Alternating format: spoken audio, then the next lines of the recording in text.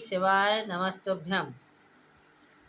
जब भी आपको जीवन में संघर्ष करना पड़े तो समझिए कि आपकी जड़ मजबूत हो रही है।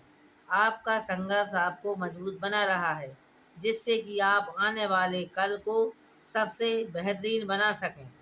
मैंने बांस के संदर्भ में हार नहीं मानी। मैं तुम्हारे विषय में भी हार नहीं मानूंगा। किसी दूसरे से अपनी तुलना मत करो। घास और बांस दोनों की बड़े होने का समय अलग अलग है। दोनों का उद्देश्य अलग अलग है। तो तुम्हारा भी समय आएगा।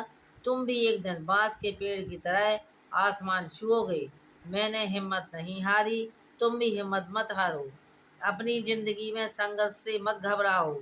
यही संघर्ष हमारी सफलता की जड़ों को मजबूत करेगा। हमेशा अपने छोटे छोटे प्रयासों को जारी रखें। सफलता एक ना एक दिन अवश्य मिलेगी।